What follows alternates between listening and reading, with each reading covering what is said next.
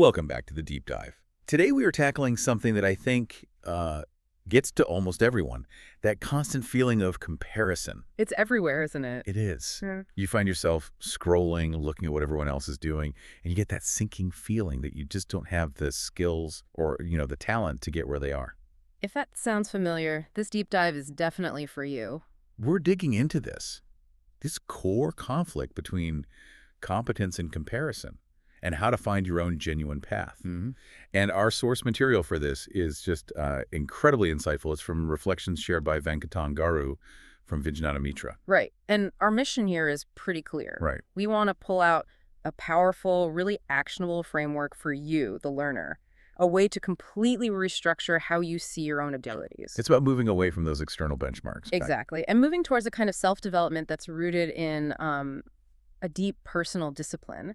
It's about finding inner success no matter what the world around you is celebrating. And the source, it kicks off right where we all live, in that comparison trap. We look at other people and just assume they have this huge pool of talent, that their lives so peaceful and successful. Which then makes us feel Totally inadequate, like we're lacking the knowledge or the competency to even get started. And this is where the source gives its first and maybe most important correction. It just says, flat out, do not judge life based on superficial appearances. Superficial appearances. Yes. The phrase in Telugu is hiyanya, hiyanya.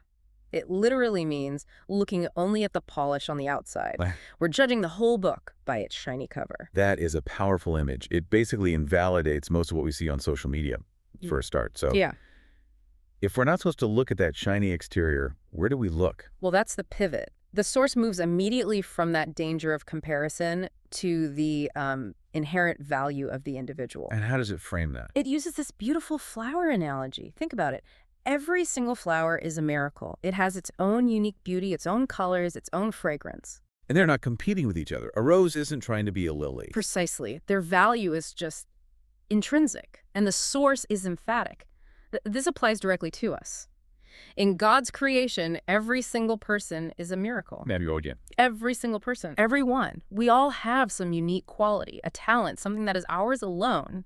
And our job is to find it and, act on it. So if I'm following this, if I accept that I'm inherently a miracle, Yeah. the next step has to be actually believing it, right? Yeah. I have to learn to appreciate what I am. And that's where the idea of self-love comes in. And this isn't just some fluffy affirmation. It's presented as a kind of philosophical mandate. A mandate. Yes. The source is very clear.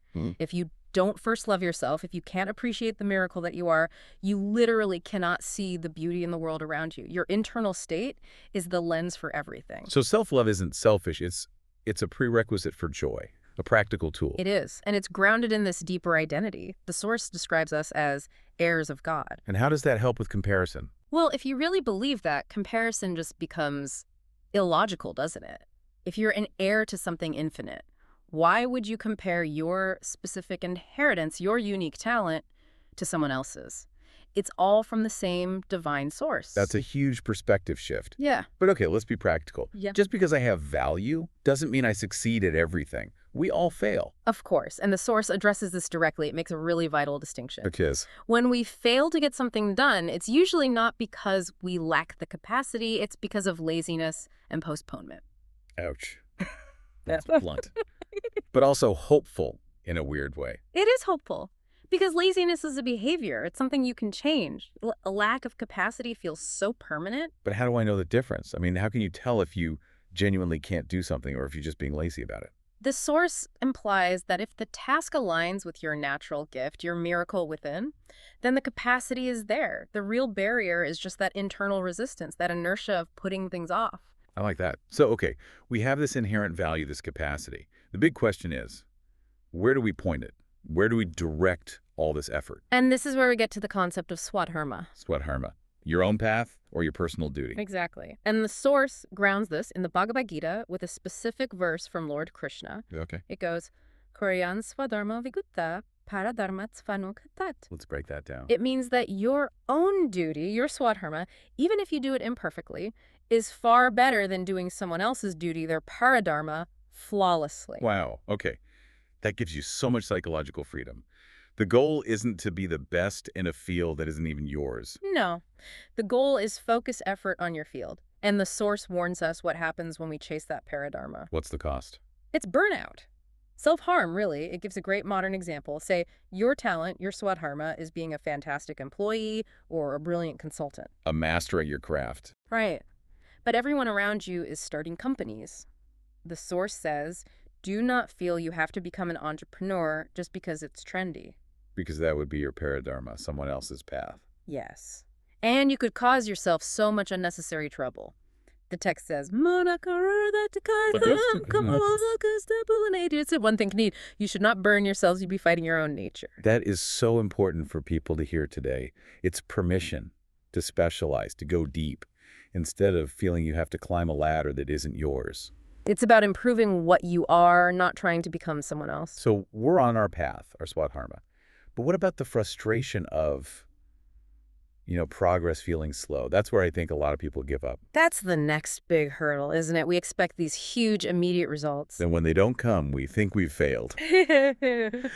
But the source has a metaphor for this too, right? It does. The tortoise analogy. It's perfect. Even if you're just taking small, slow steps like a tortoise, that's enough. That's fine. It's not about the speed. It's about the direction and persistence.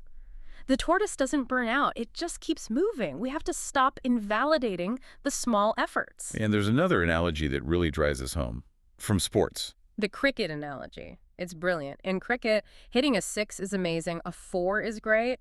But getting just a single run, that still has value. It goes on the scoreboard. It still counts. It still counts. So every little disciplined effort you make, reading for 30 minutes, practicing a skill that's a single run, you're still moving the score forward. I love that. It makes discipline feel so much more accessible. You don't have to hit a 6 every day. You just have to get on the scoreboard. So the source pulls this all together into a kind of 4-step guide. Okay, what is it?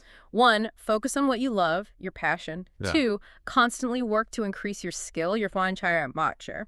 3, maintain discipline, that then kartuma. Be consistent. And the 4th. And 4, continuously enjoy and appreciate yourself and your life every moment.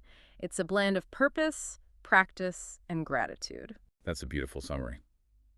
Which brings us to the final point, which is, it's pretty profound. It's about where the wonder actually comes from. This is the idea that flips the whole script. Yeah.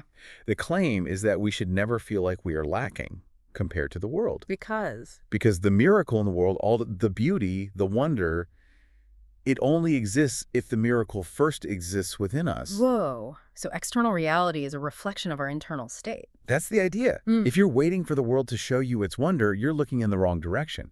You have to recognize your own miraculous nature first.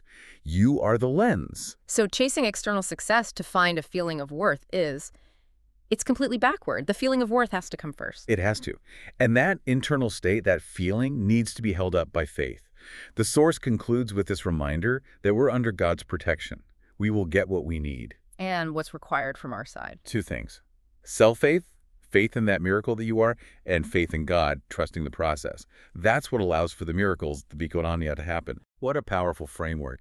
Moving from that paralyzing doubt to a kind of disciplined self-acceptance. And again, this was a message shared by Venkatam Garu from Vijnana Mitra.